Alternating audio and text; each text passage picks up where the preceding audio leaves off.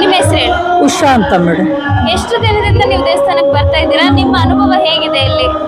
ಸುಮಾರು 8-9 ವರ್ಷದಿಂದ ಬರ್ತಾ ಇದ್ದೀನಿ ಮೇಡಮ್. ಇಲ್ಲಿ ನಮಗೆ ತುಂಬ ಚೆನ್ನಾಗಿ ಅನಿಸಿದೆ.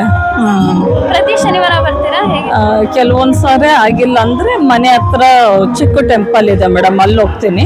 ಅಂದರೆ 8-9 ವರ್ಷದಿಂದ ಕಾರ್ತಿಕ್ ಮಾಸ ಮಿಸ್ ಮಾಡಲ್ಲ ಮೇಡಮ್. ಶ್ರಾವಣ ಮಾಸ ಪ್ರತಿ ಶನಿವಾರ ಮಂಗಳವಾರ ಹಂಗೆ ಬರ್ತಿರ್ತೀವಿ ಮೇಡಮ್. ಕಾರ್ತಿಕ ಮಾಸದಲ್ಲಿ ಏನು ವಿಶೇಷವಾಗಿರುತ್ತೆ? ದೀಪೋತ್ಸವ ಅಥವಾ ದೀಪ ಹಚ್ಚೋದು ಆ ಥರ ಏನಾದರೂ ಕಾರ್ಯಕ್ರಮ? ಇದು ದೀಪೋತ್ಸವ ಇರುತ್ತೆ ಮೇಡಮ್. ಅದಾದ ದೇವರು ವಾರದ ದಿವಸ ಇರುತ್ತೆ. ಶನಿವಾರ ಆಂಜನೇಯ ಸ್ವಾಮಿ, ಅಯ್ಯಪ್ಪ ಸ್ವಾಮಿದು, ಇನ್ನು ಬಿಡ ದಿವಸದಲ್ಲಿ ಕಾಳಿಕಾ ಮಾತೆದು, ಬ್ರಹ್ಮಯ್ಯ ದೇವ್ರದ್ದು ಗುರುವಾರ, ಸಾಯಿಬಾಬಾದು ಆ ಥರ ಎಲ್ಲ ಇರುತ್ತೆ ಮೇಡಮ್.